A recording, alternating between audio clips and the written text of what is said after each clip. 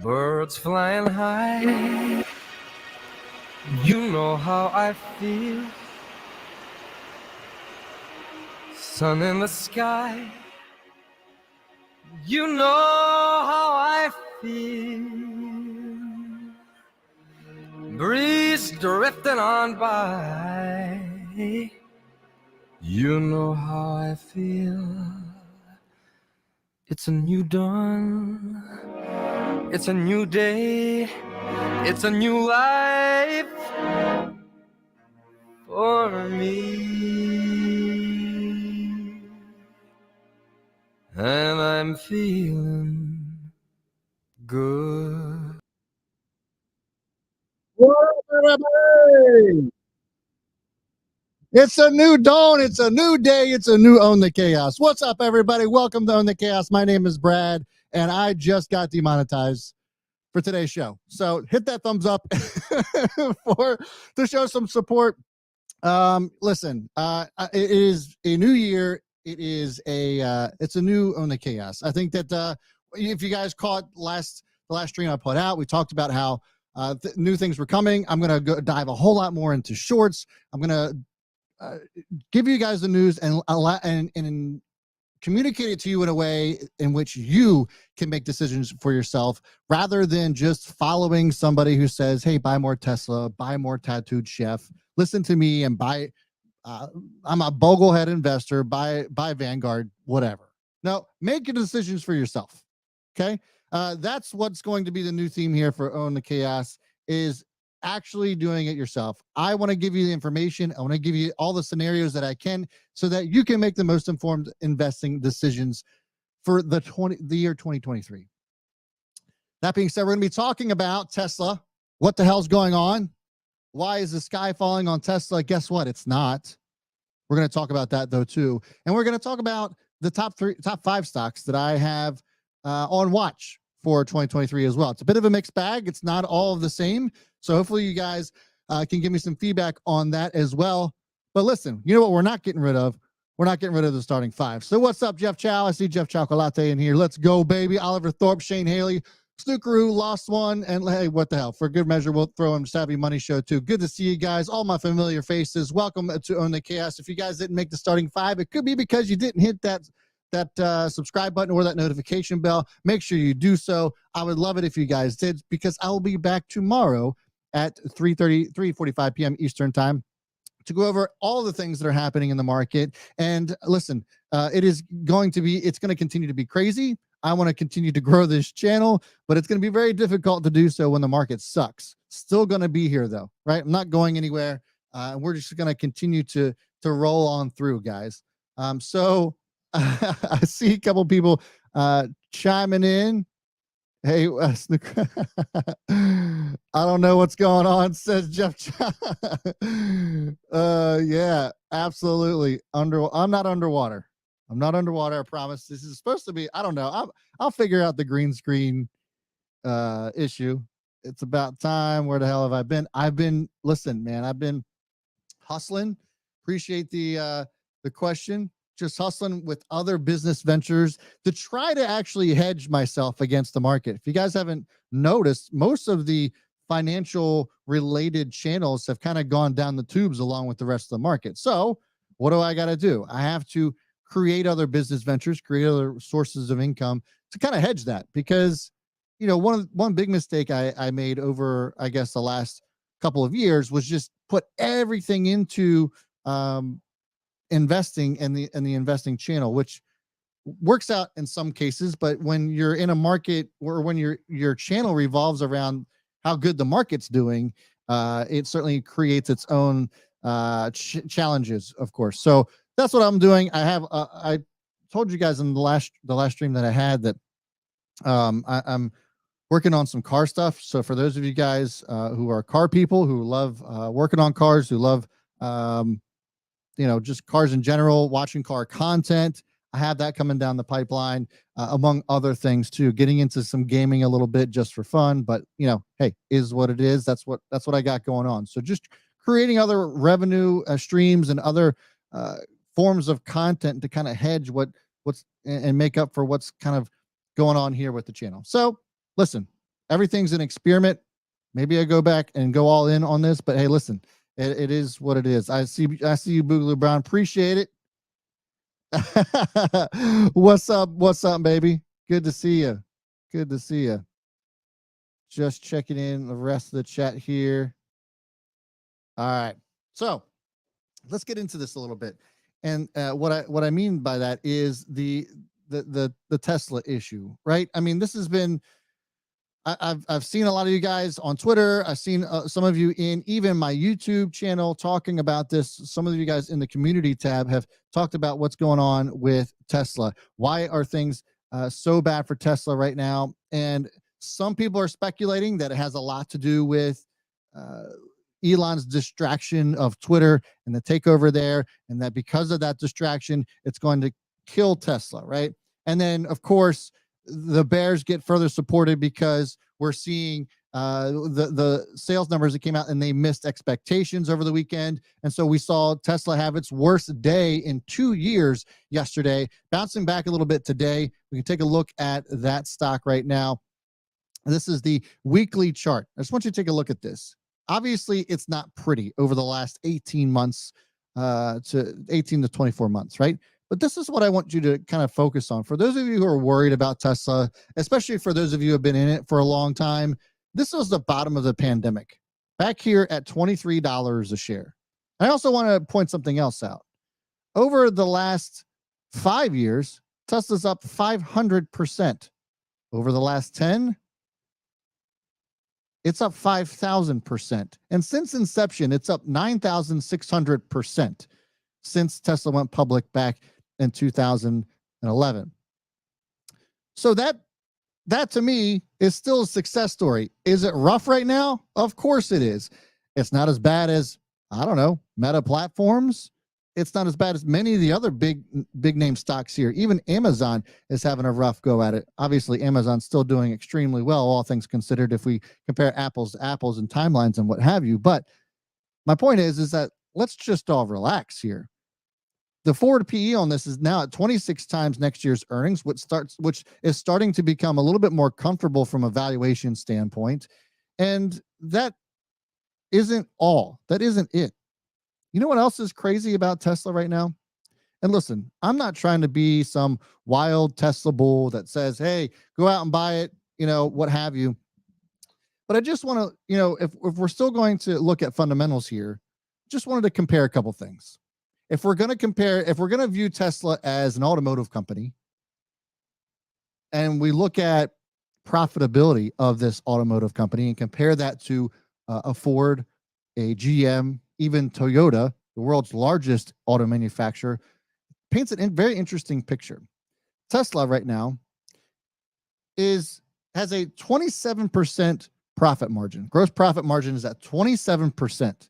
We look at Ford's, it's at 11 and a half almost. And if you look at General Motors, that's at 13% compared to Tesla, 27% gross margin. Ford, 11. GM, 13 and a half. Toyota, 17. So even the largest auto manufacturer in the world only has gross profit margins of 17%. Tesla has 27. That could probably come down. Some are already arguing that because of the cost of what it takes to make a vehicle nowadays because of inflation and supply chain issues and what have you. But the fact of the matter is that demand isn't really slowing all that much. And even though that Tesla missed sales expectations for this year, they didn't miss it by much, for one, and they still sold 1.4 million and some change vehicles, which is up from just under a million last year or the year before. So to me, the growth story is also what is absolutely insane. If we take a look at growth, the growth here for Tesla year over year is at 60%. Revenue growth is at 60%. Sorry. Revenue growth forward is at 52. So the expectation moving forward is at 52%. You want to talk about, again, we're going to compare apples to apples as far as auto manufacturers are concerned. The growth for Ford is at 9%. 9 compared to 60. that to me is just wild. I mean, Ford's revenue growth year over year was at 13%, and that's great that's actually not bad for Ford, all things considered. You look at something like a GM, for example, 12.43% revenue growth year over year. Tesla, 60%. Do I need to keep going? Let's just do it. Toyota, growth here for revenue year over year, 7.3%. Tesla's at 60 and is expected to grow at 50% on revenue moving forward. So to me, this is something that I think should be considered and should be looked at. Now, is Tesla going to continue to come down? I think that's for sure. I think that Tesla has the potential to continue to come down. But when you look at the overall performance of this thing since inception, I just got done telling you 9,600%. Over the last 5 years, it's still up 500%. And even in the last 10, it's up, I don't know, 5,000, some crazy number. Okay. For all those people that are talking, crying about Tesla, you know, and the sky is falling and it's going to go back to zero, and then it's going to be valued to the same extent as a Ford and a GM and what have you. It's just laughable. Is Ford and GM going to carve their way in the EV space as far as market share is concerned? Absolutely. They have the means to do that, but they're not going to catch up to Tesla, period, in the EV space. They're just not. And you guys have heard me talk about Ford on this channel, and I actually really do love Ford, but it's still going to be Tesla number one, and Ford will be number two, in my opinion. I think that's going to be the how it ends up shaking out. So listen, is Tesla a buy right now? I think that we can look at this in two different ways. If you're looking at Tesla for a short-term flip, for a short-term move, no, Tesla isn't a buy right now. I think that Tesla still has the ability to come down further. We take this is your weekly chart on Tesla. If I zoom out here again, this is the bottom of the pandemic back in 2020. This is kind of the top or resistance. We saw the top of this movement here around $64 just before the crash, ended up becoming a resistance, poked around here a little bit, and then finally took the hell off. I think that there's a strong possibility that perhaps Tesla does come back to $64 a share, which means that it could potentially be cut in half almost again. In my opinion, I think that's possible. Is it likely? I don't think so, but stranger things have happened. If Tesla continues to show slowing of growth as far as sales are concerned, people are going to go grow more and more concerned, and they're going to get spooked even more. It's nice to know that the stock has actually recovered about almost half of its losses from yesterday, but I think that there's nothing about this chart that says, yeah, let's get bullish about it. So I think that there is an opportunity to be had, perhaps maybe around $64, $65 a share on Tesla. Now, for you long-term investors, if you've been holding on to Tesla since the pandemic, or even before, back in 2018 or earlier, you got nothing to worry about as far as I'm concerned, because you've been holding on to it this whole time anyway. You might as well just keep hanging on, especially if you have a longer time horizon. If you're looking at this as an actual investment, to me, I think that it is still worth holding on to. Would I go and bet the farm on Tesla today in hopes that it's going to be higher than what it is today in about 6 months? I probably would not do that if it were me looking at Tesla from a short-term perspective. I see Don here, Don from the Don Front Show. By the way, Don, happy birthday, my man. I missed you this morning on the birthdays on DC TV, but I wanted to shout him out. So everybody wish Don a happy birthday. Looking at some of the comments here on Tesla, and let me know what you guys are. So before I get into any of the comments here, I'm actually going to be talking about my 5 picks for the year. We do this every year. My 5 stocks that I think are going to be higher by the end of the year than where they're at right now. Let me know what stocks you guys are looking at too before I get into some of the comments here on Tesla. Don said, I'm going to need Tesla to do me a solid and go below 105 just for next week. Apparently Don's short on this. I think that's probably the good call, honestly. Tesla's mega pack is going to get a lot of attention in the upcoming year. Plus, it's going to restart the growth story, and people away from the argument of just a car company, says Darren. 100%. Like, I mean, people just forget that Tesla is not just a car company, right? And they're quick to forget that, which is crazy to me.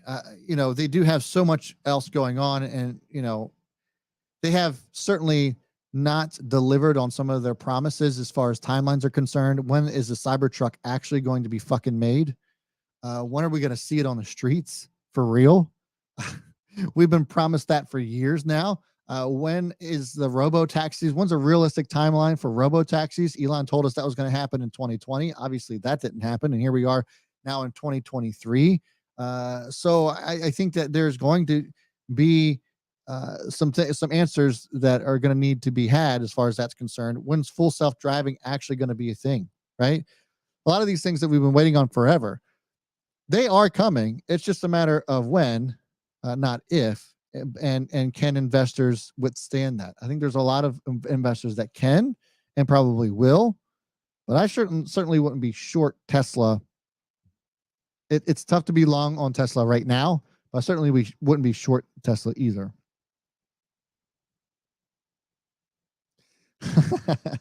I see you, Don. Finally, says MMT, now we can say the Santa Claus rally is over. Did we even have a Santa Claus rally? I mean, I don't think we even had one this past year. If it was a piss poor Santa Claus rally. When am I going to own a damn Roadster? Yeah, exactly. Like, when is the Roadster actually going to be a thing, right? John says Cybertruck end of year. That's what they said last year and the year before.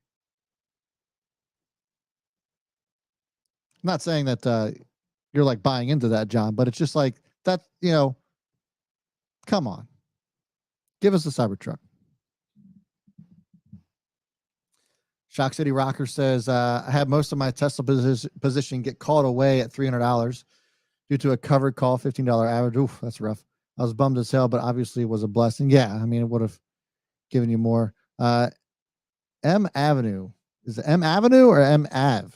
Mave says, I'm short. Good luck to you. I'm sure it'll probably continue to come down. Depends on how long you're planning on staying in that short. I just personally wouldn't short it. I've said that since the beginning of time on Tesla. Shorting Tesla, for me, is just a scary thing. What's going on when the market is like this? Are institutions day trading or what? When the markets are like what exactly? We need some clarification on that. Right now, the markets are up today. Ended up closing up on the day. S&P is up 28 points. The Dow is up 133 points. NASDAQ up 71. So green day all around after yesterday's like crazy up and down day, pretty volatile day yesterday, but it looks like a pretty decent day today, all things considered. But yes, Don, there are always institutions day trading for sure. John has his reserve. I know people who've had their Cybertrucks reserved since the beginning. When was it? 2019? Was it 2019 the Cybertruck was released? Like for pre-order? I believe that's when it was, 2019.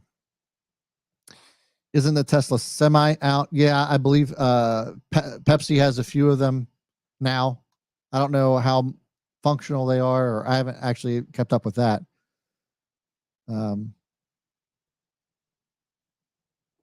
I got you, M Avenue. All right. So that's my spiel on Tesla. Is Tesla still a buy? I think it really just depends on what your plan is for Tesla. Why are you buying it? Are you buying it for a short-term move? In my opinion, I don't think that it's going to move up anytime soon.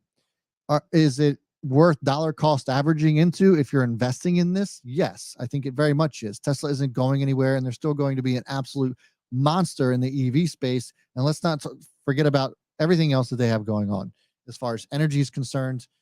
Listen, and AI, it's going to be an absolute monster. If you got 20 years, shit, even if you got 5 years, Tesla, I think, is probably going to be higher in 5 years.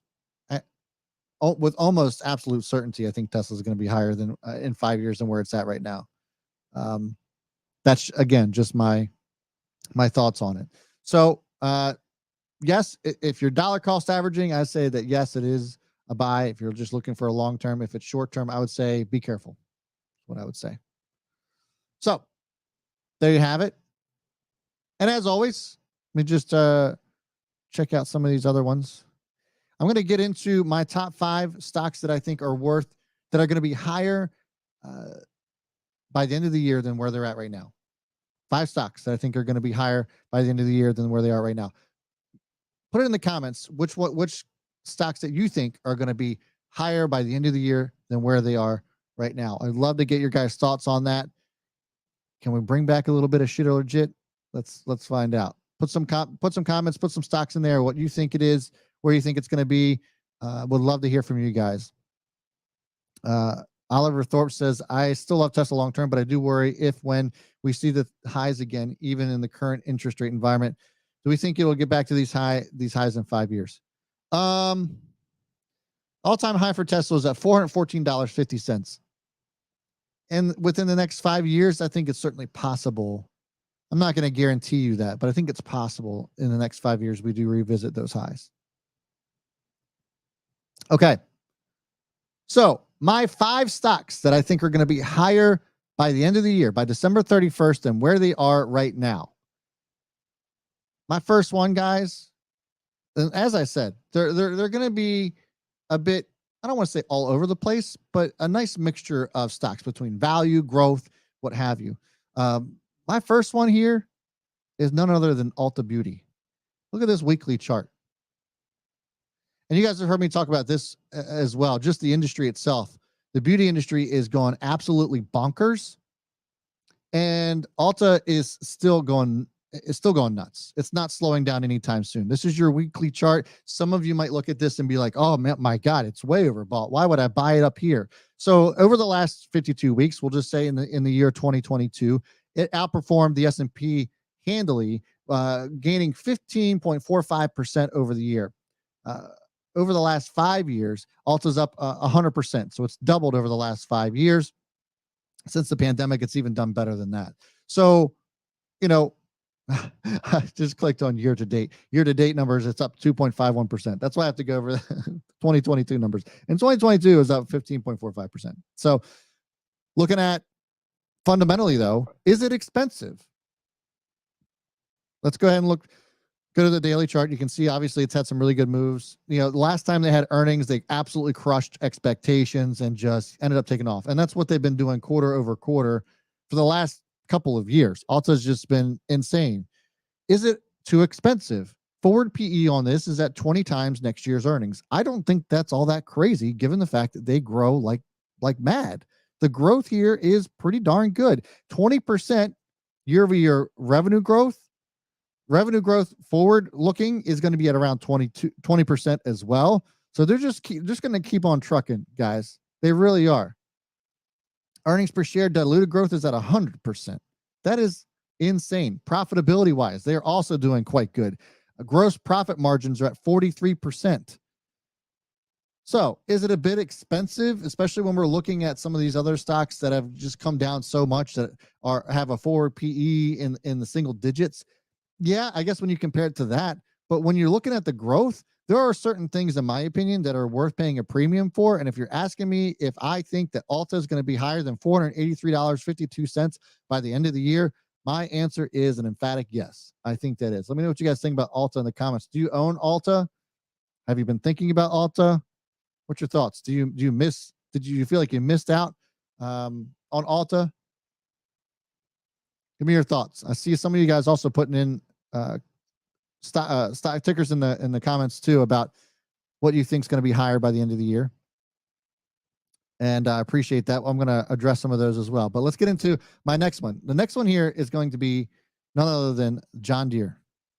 The Deere company is also one that I think has the potential to do really well by the end of the year. It actually had a pretty good year last year as well. It was up 14% over the last year, way outperforming the S&P 500.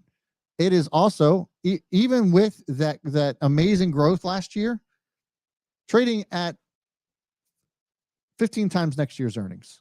That's almost right in line where the S&P 500 is right now. The S&P 500 is around 13, 14 times next year's earnings. The Deere Company is at 15 times next year's earnings. They're actually going to be they're actually starting to work their way into like a technology company. If you guys haven't seen some of the things that they're doing from an AI standpoint and a self-driving standpoint, they have a self-driving combine now that they've really tested out, and it actually does extremely well. Automating a lot of these things is going to be where I think Deere makes great strides. And not to mention that their profitability is also quite good, especially compared to everybody else in this industry. 27% gross profit margin. EBITDA margin is at 18.75%. I like Deere here. And like I said, it's going to be a mixed bag. Well, many of you guys are probably like, John Deere? I'm not buying no John Deere. But listen, look at the numbers. Decide for yourself. I'm not telling you to have to buy it, but I think it's worth at least taking a look. Looking at the chart here, obviously you can see it's in a little bit of a downtrend. Is it a buy right now? Maybe not, but in the short term. But I think if you look at it a year from now, is John Deere going to be higher than $423.43 where it closed at today? I think the answer is yes. Not a sexy stock at all. But is anybody going to be mad at 14% compared to what the S&P did last year? I don't think so. I don't think so. Now, this is also a very interesting stock, the next one that I'm going to be talking to you guys about. If I told you, let's just, I can't even, I wish I could show you the chart without actually showing you the ticker. If I told you that there is a growth stock out there that has an 80% profit margin, 80% profit margin, and is trading at 13 times next year's earnings. If you just knew those two things, would you at least consider it? 80% profit margin, and it's trading at 13 times next year's earnings. The growth on this stock, revenue growth is at 13%. I should have looked at that beforehand. So not spectacular, but profitability is still through the roof. 80% profitability, trading way below the fair market value of the entire S&P 500. Would it be something that you would consider? 13 times next year's earnings. William says yes. Ben Griffin says yes. Guys, it's Meta Platforms.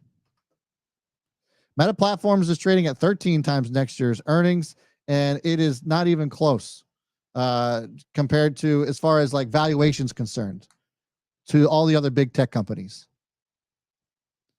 Meta Platforms is trading at $127 $127 as of today's close. Do I think that Meta Platforms is going to be higher by the end of the year than it is today? Yes, I think it can. And here's the kicker. I'm not convinced yet that Amazon isn't going to be higher. We take a look at Amazon. I'm just not convinced that Amazon is going to be higher today or higher by the end of the year than it is today. One of the big reasons is because if we look back at last year, and the overarching theme was, investors were fleeing to value. Amazon is down 50% over the last year and still trading at 75 times next year's earnings. Profitability, gross profit margins are at 43%. I just got done telling you that Meta's was at 80. Growth for Amazon is at 9.66%. Still right there with Meta Platforms, yet Meta Platforms is trading at 13 times next year's earnings. Amazon's expensive AF. And not only that, you look at some of the other tech stocks, Microsoft included. Microsoft is still expensive. And Microsoft is going through some issues. I'm also not convinced that Microsoft is going to be higher by the end of the year than where it's at today. That's trading at 25 times next year's earnings. The only one that comes close to this, in my opinion, as far as what tech stock I would go after if it wasn't Meta Platforms, like what major tech stock would I go after? it would be something like Alphabet. Alphabet would be something that I probably would look at and say, yeah, that's probably going to be higher by the end of the year from where it's at today. Again, from a valuation standpoint, Google is also quite cheap at 18 times next year's earnings. Growth is still quite good there too, growing at 18% year over year. Compared to Amazon, that's incredible. And even compared to Meta, that's also incredible. Profitability, don't get me started. It's at 56%. Still far less on profitability than where Meta's at. So in my opinion, I think Alta, Deer, and Meta Platforms is going to be higher by the end of the year than where it's at today. Next one is going to be an interesting one too. Like I said, I'm a little bit all over the map. We got value stocks, we got tech stocks, we got industrials. And this is an industrial one as well. And it's Boeing. And I don't think that Boeing's going to be higher by the end of the year because I like the company. It's a shit company. The way that it gets run is absolutely terrible. They don't know how to manage anything. The CEO is awful. But where else are you going to go buy a plane? Airbus? I guess, but that's the only other option. And Boeing is actually doing quite well from a revenue standpoint. Their backlog is absolutely insane. They're going to continue to just have business. Their profitability is not great. The growth is not great, but they're on their way to being great. If they could somehow get rid of their fucking CEO and figure out the supply chain issues, I think that Boeing actually ends up being higher by the end of the year than where it's at right now. It's at $203 per share. It's what closed at today. Still trying to get to profitability, which has been a struggle for them. I'm sorry. Upcoming quarter, they're expected to be profitable. We'll see. Last time around, they came in and missed that a loss of $6.18. Actual revenue came in at $16 billion. This time around, coming up at the end of the month, January 25th, we're expected to see Boeing to be profitable, 42 cents per share. If that happens, this stock will go through the roof. If Boeing comes in on those numbers and actually beats those numbers at $19.42 billion in revenue, Boeing's going to go through the roof. And so I think, in my opinion, Don says, I'll build you a plane. Don won't even get on a plane. He ain't building shit. I love that you guys are putting in the tickers here. Make sure you put them in. Keep putting them in there. Would love to have you guys react to some of yours, the stocks that you think are going to be higher by the end of the year. And so finally, I decided that putting a REIT in here as well, Real Estate Investment Trust, made some sense. Main Street Capital, I think, fits that bill. And I think you could put any REIT in here. If you want to get into the REITs, even if you're just looking at an ETF in the REITs, I think that this is going to be something that's worth taking on. One of the big reasons is they have incredible investment grade credit ratings. They offer very attractive dividend yields. They're on a monthly basis. The dividend yield for this one is shoot, I just lost it. See, this is when you get, listen, I'm a little bit rusty on the live streams, guys. Just bear with me. But the dividend yield on this is quite good at 7.32%. Payout ratio is at 84. So this is just a great dividend stock. Obviously very volatile. Again, this is your daily chart, so you can see how volatile it's been. But I think the REITs are going to do pretty well this year just based off of interest rates. I don't think interest rates do much. You know, is Jerome Powell going to continue to raise rates? Maybe a little bit, but he certainly isn't going to cut them this year, at least in my opinion. So for those reasons, I actually like the REITs. I think it's worth just at least taking a look, seeing if it's for you. But those are my 5 stocks that I think are going to be higher by the end of the year than where they're at right now. Main closed at $37.48 today. Is it going to be higher by the end of the year? I say yes. Boeing closed at 203. Is it going to be higher than that by the end of the year? I say yes. Meta Platforms closed at 127. Yes, I think it's going to be higher by the end of the year. Same thing goes for the Deere Company and Alta Beauty. Let me know what you guys think about that list in the comments below. And let's get to some of your guys' stocks as well and some of the comments that you're making here. Don says I build planes on the ground, not in the air. Turk Boy says Fortune Brands Home and Security just went off their cabinet business master brand cabinet, sticker symbol MBC. Nobody's talking about it. Can you look at it? Yes, I can take a look at that in just a moment. Let me scroll back up and see what else we got going on. See who else is talking about what. Husker, are you still a Spirit? Had a nice run lately. Do I think it continues? Yeah. Spirit Air Systems moved right along with Boeing. I'm not in Spirit Air Systems any longer. I sold that back last year. But same thing. Spirit Air Systems kind of goes the way of Boeing and other stocks in that industry just kind of move together. It's a rising tide rate lifts all ships type of situation. So I do think that Spirit Air Systems is still undervalued in my opinion, and it was up 9% today. Absolutely unbelievable day for them. Over the last 3 trading days, it's done extremely well. And since it's bottom back in November, it's also up around 30%, 33%. So looks pretty damn good. I would say that, if you're looking, if you don't want to get into Boeing, you want something just in the industry, I think Spirit Air Systems is still a quality alternative in my opinion. Casimir put several of them in here.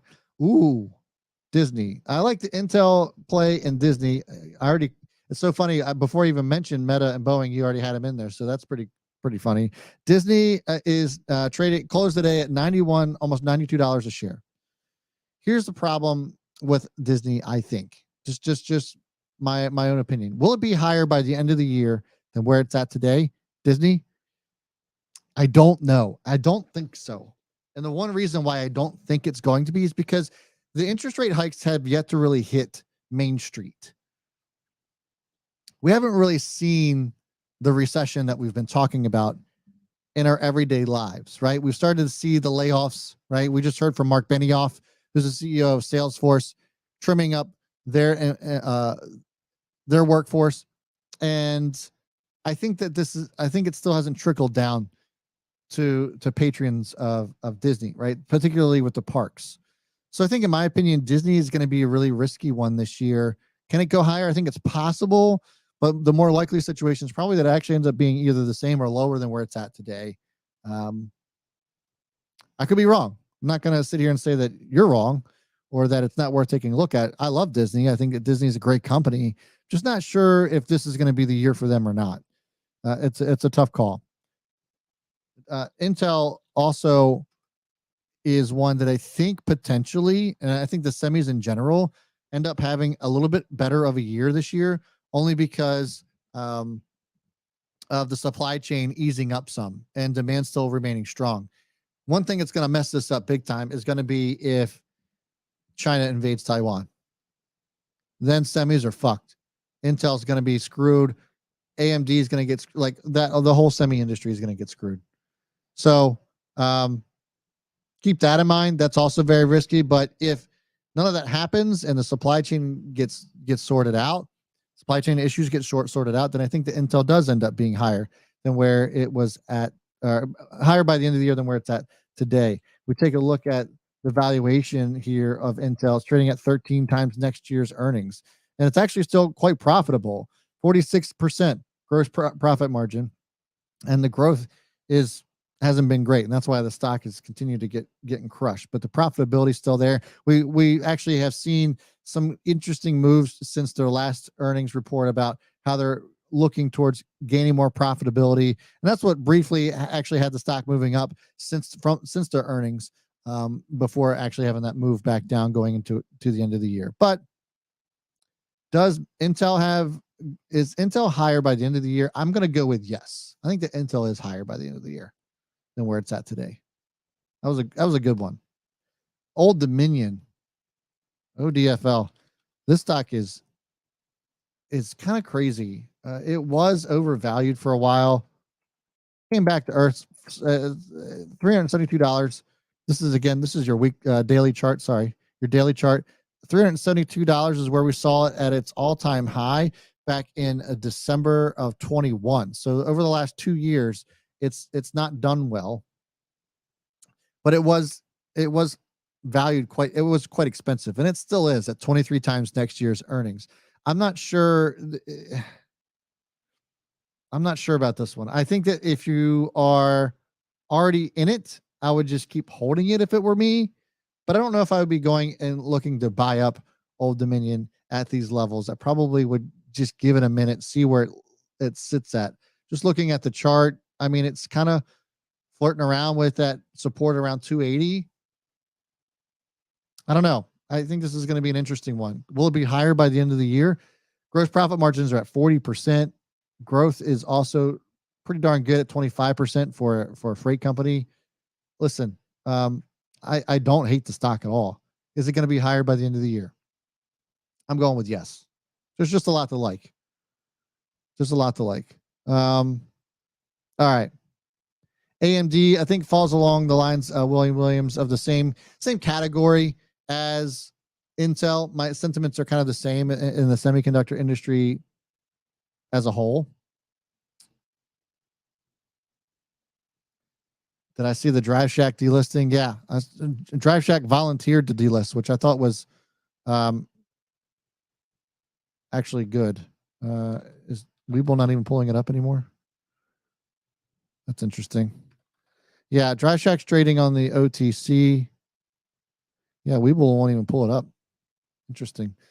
But I did see that they did that. They did that to keep from getting forced to delist on their own. Drive Shack will be back. They will be.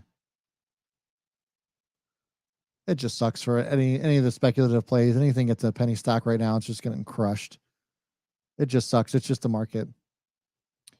Jay Santos, what do you think about SoFi now that it's been battered down with bad news all 2022, but its earnings are getting way better with each passing quarter? This is a stock that I actually was talking to Fat Man Zoom about last week. So, and he won't mind me saying this, but SoFi, we were talking about, hey, what are some, beaten down stocks that didn't necessarily deserve to be beaten down, but aren't quite as speculative as a Drive Shack, for example, or some of the other meme stocks that we've had that are just pure speculation. That MiniZoom, that would be worth considering for MiniZoom's portfolio. Fatman Zoom's daughter. I said that SoFi could be one of those stocks that makes sense. And again, these are all just my opinions, but you look at SoFi, the growth here, you're absolutely right. SoFi, the growth on SoFi is insane, absolutely insane for and the bank, as far as the banks are concerned. Revenue growth year over year is at 56.5%, and they're not slowing down anytime soon. Profitability isn't quite there yet. Gross profit is 77%, but that's a bit misleading because our net income margin is around a loss of 28%. So that gross profit margins are great. The growth is great, but that's why the stocks continue to get beat down. Let's take a look at the chart itself. You can kind of see that perhaps it's bottomed out at around $4.24. Again, I'm not saying that you should bet the farm on SoFi, but I think this actually is a quality company that went through the ringer. Is that going to be higher than $4.77 by the end of the year? I think so. Savvy Money Show is going after gold stocks. China-Russia stockpiling if they announce acceptance of gold for oil in Russia. I think gold certainly is something to take a look at. T.I. Bryant says AT&T and Verizon should be higher significantly by the end of the year. Best wishes. Happy New Year. You too as well. Yeah, I think that those, value stocks are worth taking a look at too. They've gotten beaten up in 2022. Dividends certainly make these attractive. The dividend yield what's the dividend yield for AT&T? That's ticker symbol T. If you guys aren't familiar with that, ticker symbol T, that dividend yield is 6.79% right now. Because the stock's been beaten down so much, that's where it's at. That yield's pretty damn good. That's worth taking a look at for sure. dividends stocks, and we've talked about that last year too. Dividend stocks are going to be at least worth taking a look at. But gold has taken off. I see a lot of people talking about gold. I know I saw Don mention gold as well. It's still got a long ways to go. My problem with gold is that if you've been holding it for the last 10, 15 years, if you account for inflation, you've actually lost money. So I think that I would look at gold as like a shorter term kind of play. I don't know if I would hang on to it for a long period of time. Just my thoughts. Just my thoughts on that. Taking a look at some of the other comments, I might not be able to get to all of them. Okay, let's see here. Coinbase. Ooh, yeah. You know what? Let's take a look at Coinbase. Will Coinbase be higher by the end of the year? Will be higher than $37.70. Had 12% day to day. I think that there's a possibility that it could, but there's a lot hanging in the balance as far as cryptocurrencies are concerned. From a regulatory standpoint, from the bottom dropping out of a lot of things such as FTX, and now there's the potential for Genesis to potentially go under as well. If that happens, it's not going to be pretty. It's not going to bode well for a company like Coinbase. But Coinbase, aside from Coinbase, is one that stands out. It's like Coinbase and Binance both stand out as companies that are actually solvent to a certain degree. And Binance is way more solvent than Coinbase is. But there is a lot that has to go right for cryptocurrency, Bitcoin, and the industry itself this year to be confident in saying that, yes, they'll be higher by the end of the year. I don't know about that one.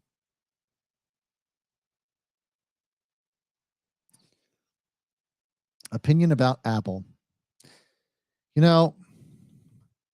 Here's Apple right now. Here's your daily chart on Apple. It was at $181.88 back just a year ago, January 3rd, 2022. That's where it's at. 181.88. That was its all-time high. That was at nearly a $3 trillion stock by then. Now it has come down significantly, and it is trading at let's see, market cap is at 1.99 trillion. So it lost $1 trillion in market cap over the last 52 weeks. Apple did. It's trading at still at an expensive 20 times next year's earnings. Growth here is what really has been a problem for Apple. Only 7% growth year over year in revenue. Profitability obviously is always really good with Apple. And here's the thing. I don't know if I like Apple from a growth standpoint this year, but they still haven't carried out the world's largest buyback program that they announced. And could they really start to execute on that this year? Maybe. And if they do, that $90 billion buyback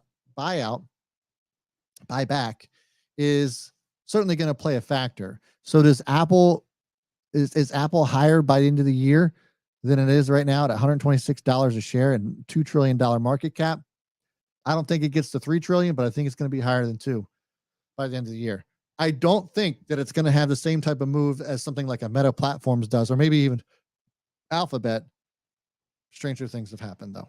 But I still like Apple. I think it's a good place to hide your money.